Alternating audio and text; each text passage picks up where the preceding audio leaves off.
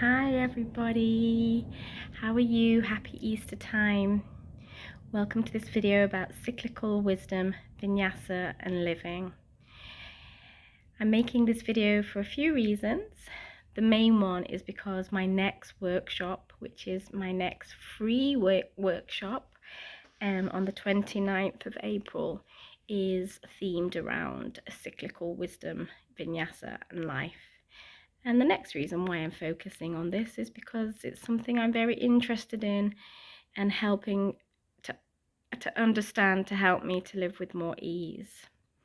So let's talk about cyclical wisdom. So the first time that we are ever introduced to any kind of cycle is the day we are born. So even though you won't remember it, but you breathe, you take a big inhale and life flows into your lungs, and that inhale is always followed by an exhale, and that exhale is always followed by an inhale, and so the cycle continues for the rest of your life. You don't have to think about it, it's just happening.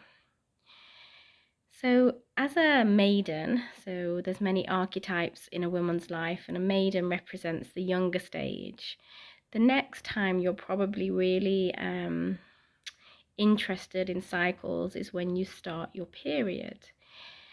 Now, when I started my period, it wasn't so much that I wanted to use that moment of the month as a time to rest and relax. It was more a moment that I was terribly upset because I had to wear those horrible thick pads, and it just didn't seem like a very wise time. It just seemed a bit messy and annoying.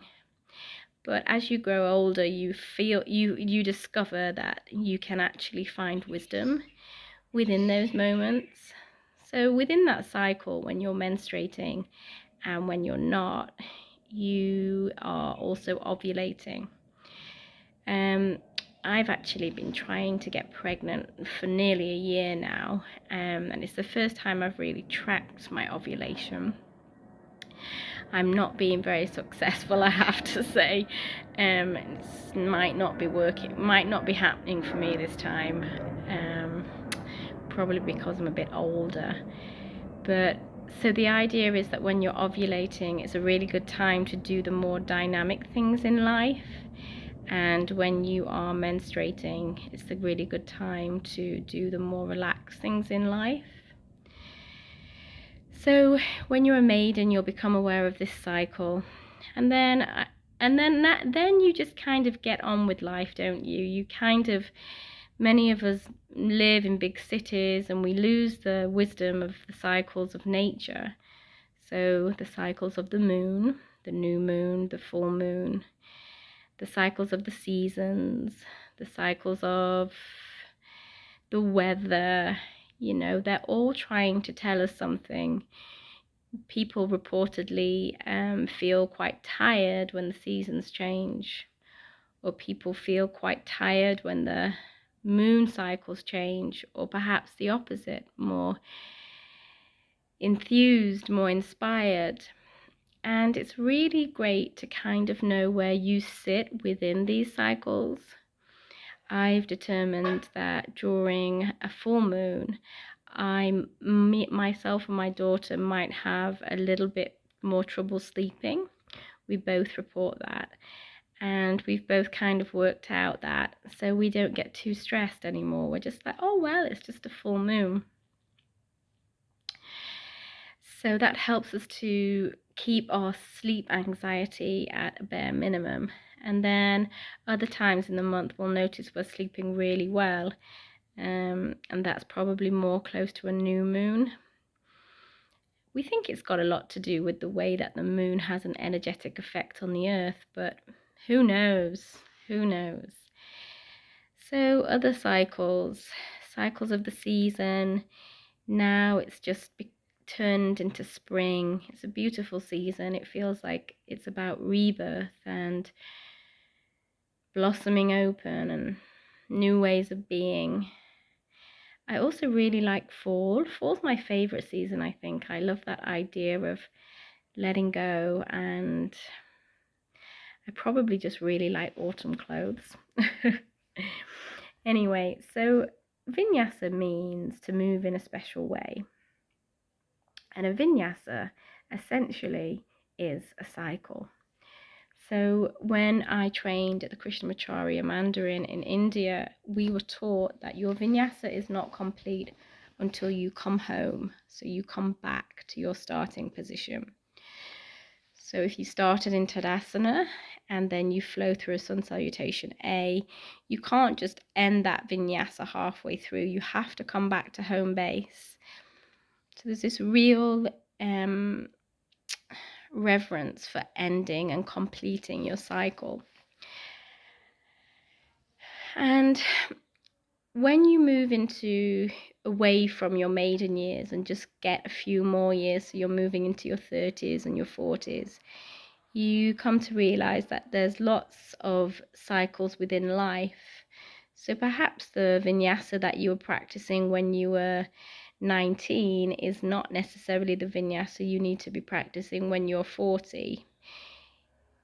We really are reluctant to say that aging is a thing, but that's part of nature. Many people are now trying to say that it's kind of like in your head. It's not. You only need to look at a tree and see the way it goes through cycles, or look at a flower and see the way it goes through cycles to see that it's part of nature. The whole philosophy of Buddhism is born from this respect of the changing cycles of life. The Buddha was born as a prince and he was protected from reality. So he lived in this beautiful palace. He didn't see any sick people. He didn't see any old people. He didn't see any poverty. He didn't see any blood. He just saw beauty and wealth. But something was fundamentally wrong with him when he was just surrounded by this. Obviously, it was the wisdom inside him that told him there was a lot more to life. He left the palace walls and found the truth of life to be full of suffering, of sickness and death, and that is how Buddhism is born. That is the wisdom it's born from. It does seem initially when you first step into the spiritual path that this might just be quite depressing, but it's not. If you can become aware of how you age and change, of how you don't always have to be so healthy, you don't idealize this idea of perfection all the time, you make room for the day your energy feels down, or the day your periods stop, or the day you get another gray hair or another wrinkle. And then you actually open your heart to the wisdom of life as it is. And within that wisdom, you can discover a lot more peace, a lot more truth. And you don't just only idealize the things that always seem too perfect, because the nature of life is change. And if you can change and flow with the cycles of life that are required of you, so can you be the maiden when you are the maiden? Can you be the householder when you are the householder? Can you be the mother? And then can you be the old wise crone? Can you be those things? Can you enjoy those things? And it's not to say that, you can't put a bit of hair color on those grey hairs, but really, really stepping into life as it's happening and not as we expect it to be happening is a beautiful thing. We don't have to be building sandcastles in the sky. We can actually just be honest. So in my workshop, there will be a little bit of philosophy at the beginning. We'll also have some worksheets that will help you to track where you are in your cycle, not just your monthly cycle, which you still may or may not have, but also your cycles of life, like what stage are you in, what archetype are you in, what gods and goddesses can you call out to for help, what can you do to accept things more easily. And then there'll also be a beautiful flow. The peak pose will be Ardha Chandrasana Chapasana, with a transition into swan pose. Swan just represents something so beautiful and also quite tragic, which is life. Life is beautiful, and it does end in, the cycle ends and then it begins again. So can you let go of the cycles in your mind as well? You know how your mind always likes to work in a specific way. Do you always think the worst? Do you always jump to the darkest conclusion? Do you always feel envious of others? Do you always put yourself down? Or have you broken some of those cycles, and are you moving into new ways of being? There's so much you can do with cyclical wisdom, and I invite you to jump on this journey with me.